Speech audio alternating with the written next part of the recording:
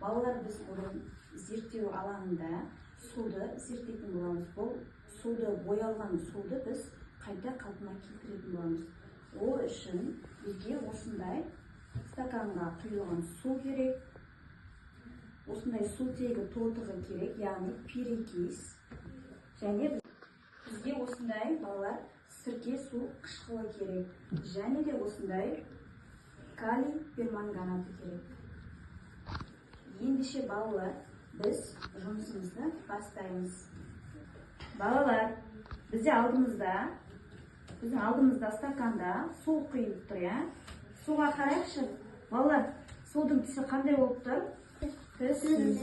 Енді осыған балалар, бізде мынандай калий перманганатын осы суға салып араластырамыз. Қасықтарында керек. Қасықтарында.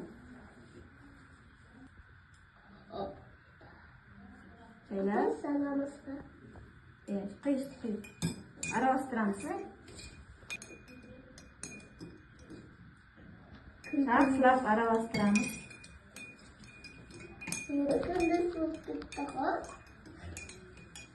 Жұмысы қандай болды?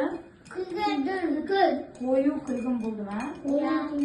Араластырамыз, жақсылап араластырамыз. Балалар, енді мына стакандағы суымызға осындай біз сірке қышқылын құямыз. Абайлап құямыз.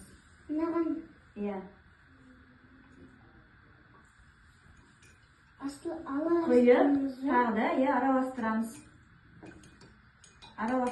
Жақсылап араластырамыз.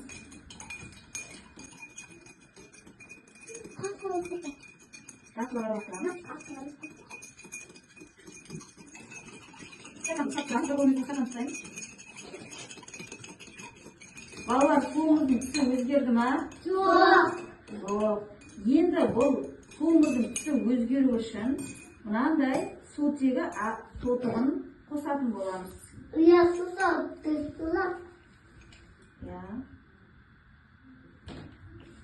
Осыны құйып, тағы да қаспен жақсылап араластырамыз боламыз. Араластырамыз, қаттырақ араластырамыз. Қарап отырамыз, түсі өзгере ме?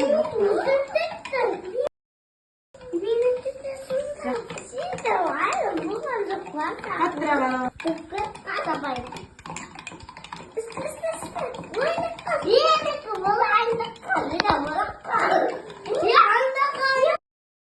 Болды балалар.